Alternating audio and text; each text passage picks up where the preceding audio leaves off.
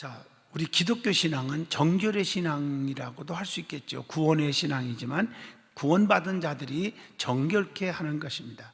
하나님 앞에 정결하고 세상에서도 정결한 삶을 사셔야 한다. 이것은 또 어떻게 보면 세상 사람과 똑같이 살지 말고 좀 구별되게 살아야 한다 하는 그런 의미가 있겠죠. 그러면 오늘 민수기 5장은 정결의 방법이 무엇냐 하는 제목을 줄 수가 있겠죠. 자, 많은 사람들이 교회만이 하나님의 성전인 줄 착각하고 있는 것 같습니다. 진정한 의미에서 보면 하나님의 성전은 바로 우리 성도 자신인 것입니다. 그런 의미에서 우리가 정결하게 될 곳은 바로 우리가 있는 모든 곳이라고 봅니다. 자, 그러면 우리가 어떻게 하면 우리의 모든 것을 정결하게 하여 하나님을 기쁘시게 해드릴 수 있겠느냐 하는 것입니다. 그것이 오늘 민수기 5장에서 주시는 메시지라고 봅니다. 첫째, 본문 1절로 4절에 죄를 몰아내야 한다는 것입니다. 그래서 악은 모양이라도 버리라고 성경에 가르쳐주고 있지 않습니까? 하나님께서는 성막을 중심으로 형성된 이스라엘 민족에게 문둥병자와 유출병이 있는 자와 시체를 만져서 부정하게 된 자들을 이스라엘 진영 밖으로 내보내도록 본문 1절과 2절에 보면 명령하고 계십니다. 왜 이렇게 명하셨을까요? 자, 본문 2절로 3절에 보면 그것은 하나님 자신의 거룩성과 또 이스라엘 백성의 성결을 유지하기 위해서다, 이렇게 말할 수 있을 것입니다. 자, 이스라엘이 작은 성, 아이성을 한 번에 정복하지 못한 이유가 있죠. 바로 여기에 있다고 봅니다. 여호수아 7장 8절로 26절에 답이 나오지요. 아간의 범죄는 곧 이스라엘에 대한 징계로 나타납니다.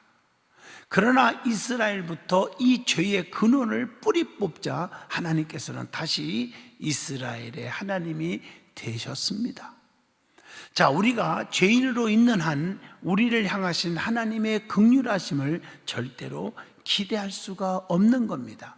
그래서 이사야서 1장 14절에서 17절 보면 너희는 스스로 씻으며 스스로 깨끗하게 하여 내 목전에서 너희 악한 행실을 버리며 또 악행을 그치고 선행을 배우며 정의를 구하며 학대받은 자를 도와주며 고아를 위하여 신원하며 과부를 위하여 변호하라, 이렇게 말하고 있습니다. 자, 문둥병자처럼 하나님의 진에서 쫓겨날 수밖에 없는 거라는 거죠. 그러나 하나님께서는 자, 예수 그리스도의 십자가의 보배로운 피로 깨끗하게 된 우리의 정결을 인정해 주셨는 겁니다. 하나님께 나아가 하나님과 함께 거하며 하나님을 섬길 수 있는 은혜를 베풀어 주셨다고 하는 사실을 우리 속에 기억해야 합니다. 그러므로 우리는 우리 속에 있는 죄를 다 몰아내야 합니다. 그럴 때 우리는 거룩하신 하나님께 속하게 되는 것입니다. 사도 바울도 보면 날마다 나는 하나님 앞에 범죄했노라. 그래서 날마다 죄를 씻노라, 그렇게 말하고 있어요. 우리는 알고 진죄 모르고 진죄 생각으로 진죄, 인간이기에 실수도 있습니다. 그러나 실수가 중요한 게 아니고 그 실수를 회개하지 않는 게 더 무서운 것입니다. 우리가 가장 잘 범하는 죄가 무엇입니까? 그 죄가 어떻게 물리치고 있는지 한번 가슴에 손을 얹고 생각을 해봐야 됩니다.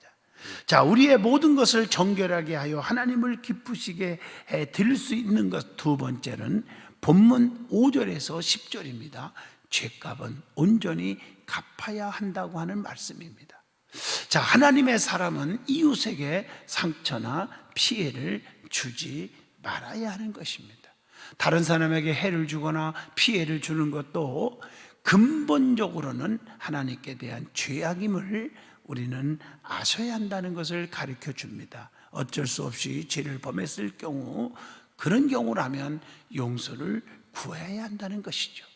단순한 입술의 고백이 아니라 전 인격에서 나오는 진실한 죄의 고백을 하나님께 해야 한다는 것입니다.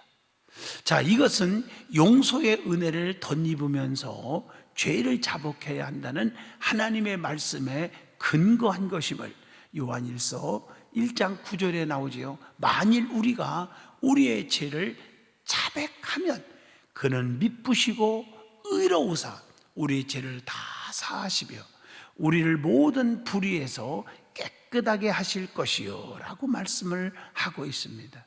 이게 사랑의 복음 아니겠습니까? 피해자가 죽었을 경우에는 친척에게 갚고 친척도 없으면 제사장에게 갚는 것도 같은 이치임을 오늘 교훈을 줍니다. 자, 예수님께서도 자, 성경을 보면 형제에게 범죄했으면 하나님께 예물을 드리기 전에 먼저 형제와 화목하고 드리라고 했어요. 마태복음 5장 23절로 24절을 보면 내 형제에게 원망 들을 만한 일이 있는 것이 생각나거든 예물을 제단 앞에 두고 먼저 가서 형제와 화목하고 그 후에 와서 예물을 드리라 이렇게 말했어요.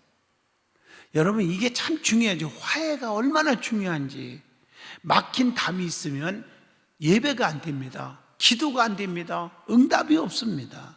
하나님이 예물도 받지 않습니다. 그러므로 우리는 이 회복이라는 거 우리가 참 중요하다는 것입니다. 자, 누가복음 19장에 보면 특히 8절 같은 데 보면 삭케오도 예수님을 다 만났어요. 영접을 했어요. 그리고 그가 변화가 일어났어요. 예수님을 만나면 달라지잖아요. 그가 회개할 때 자기의 소유의 절반을 가난한 자들에게 주고 매일 도적한 것이 있으면 토색한 것들이 있으면 남에게 해를 끼친 거 있으면 4배로 갚아주겠다고 그렇게 고백을 했지 않습니까? 이것을 가리켜서 회개에 합당한 열매다 이렇게 말도 합니다. 이것은 바로 죄에는 값이 있음을 말해주는 것이기도 합니다. 이 법칙에 의하면 우리는 우리의 죄로 주고 마땅한 죄인 중에 죄인 아닙니까? 그러나 하나님께서는 예수 그리스도로 말미암아 우리를 무조건 다 용서하셨다는 것, 너무 은혜가 되죠. 로마서 5장 8절 보면 우리가 아직 죄인 되었을 때에 그리스도께서 우리를 위하여 죽으심으로 하나님께서 우리에 대한 자기의 사랑을 확증하셨느니라. 이 은혜를 생각하면서 우리는 이웃에게 이 사랑을 나눠줘야 합니다. 용서받기 전에 자신의 처지를 망각한 채 하나님의 사랑에 먹칠하는 자가 되어서는 아니 된다고 하는 영적인 교훈을 줍니다. 우리는 가슴에 손을 얹고 생각을 해봅니다. 가자, 우리 최근에 이웃에게 잘못한 것이 무엇이 있습니까? 하나님 앞에 죄를 고백했는지 질문을 던져봅니다. 자, 모든 것을 정결하게 하여 하나님을 기쁘시게 해드릴 수 있는 게 세 번째가 오늘 본문 11절로 31절 마지막까지 나오죠. 부부가 행복을 위해서 노력을 서로 해야 한다는 교훈을 주고 있습니다. 자, 우리가 부부지간에 그 어떤 성 자체가 죄는 아닙니다. 오히려 하나님께서는 성을 인간에게 선물로 주셨죠. 그러기에 성은 인간에게 즐거움을 주고 종족 보존을 시키며 부부가 사랑으로 하나 되게 하는 것입니다. 그러나 하나님께서는 그런 관계를 결혼 안에서만 허용하셨다는 것. 잠언서 5장 15절로 17절 보면 너는 내 우물에서 물을 마시며 내 샘에서 흐르는 물을 마시라. 어찌하여 네 샘물을 집 밖으로 넘치게 하며 네 토락물을 거리로 흘러가게 하겠느냐? 그 물이 내게만 있게 하고 타인과 더불어 그것을 나누지 말라 하신 깊은 영적인 교훈입니다. 그래서 우리가 부부관계 외에 다른 죄를 지적하고 있다는 것을 우리가 성경을 통해서 찾아볼 수가 있습니다. 그래서 오늘 본문에 보면 간음에 대한 말씀이 등장하고 있죠. 여기서 하나님께서는 부부 생활에 있어서 간음이 얼마나 죄인가를 가르쳐주고 계신다는 것을 아셔야 합니다. 또한 하나님께서는 얼마나 우리를 향해서 정결을 중시하는가를 보여주고 있는 말씀입니다. 레위기서 11장 44절을 봅니다. 내가 거룩하니 너희도 몸을 구별하여 거룩하게 하고 이렇게 말했어요. 그런데 오늘날은 어떻습니까? 오늘날 모든 사람들이 결혼하지 않는 상태에서 젊은이들이 부도덕한 생활을 하고 있는 그런 것을 보면서 참 우리는 깊이 생각을 해볼 필요가 있고요. 요즘에 좀 그렇게 기독교에서 반대하고 있는 그런 차별금지법 안에 동성애 문제 아주 심각하지 않습니까? 하나님의 말씀의 질서를, 하나님의 뜻의 질서를, 창조의 질서를 너무나 망가뜨리는 오늘 현실을 보면서 가슴 아픕니다. 오늘 이렇게 이 문제들을 기독교에서 요구하는 대로 들어주지 않으면 나중에 보면요, 자기 가정들도 힘들어질 겁니다. 가정 파탄이 일어나고 행복이 깨지고 다 윤리적으로 도덕적으로 문란하게 된다는 건 우리가 다 알고 있지 않습니까? 그렇기 때문에 하나님을 두려워하고 하나님을 사랑하는 우리 기독교인들이 계속해서 우리가 이것을 막아보고자 노력하고, 여러분도 잘못된 법에 현혹되지 말고 기도해 주셔야 됩니다. 하나님께서 우리를 구원하신 목적에는 거룩함과 의로움이 함께 있다는 겁니다. 에베소서 1장 4절 5절 보면 그 창세전에 그리스도 안에서 우리를 택하사 우리로 사랑 안에서 그 앞에 거룩하고 흠이 없게 하시려고 그 기쁘신 뜻대로 우리를 예정하사 예수 그리스도로 말미암아 자기의 아들들이 되게 하셨으니, 이렇게 말하고 있습니다. 또한 우리의 몸은 그리스도와 연합한 한 지체이기도 합니다. 하나님께로 받은 성령의 전인 것입니다. 우리의 마음으로만이 아니라 몸으로도 하나님께 영광을 돌려야 되는 것입니다. 자, 그렇다면 결혼 생활에서 몸으로만이 아니라 마음으로도 또 하나님 앞에서 순결을 지키고 있느냐 하는 질문을 던지게 해줍니다.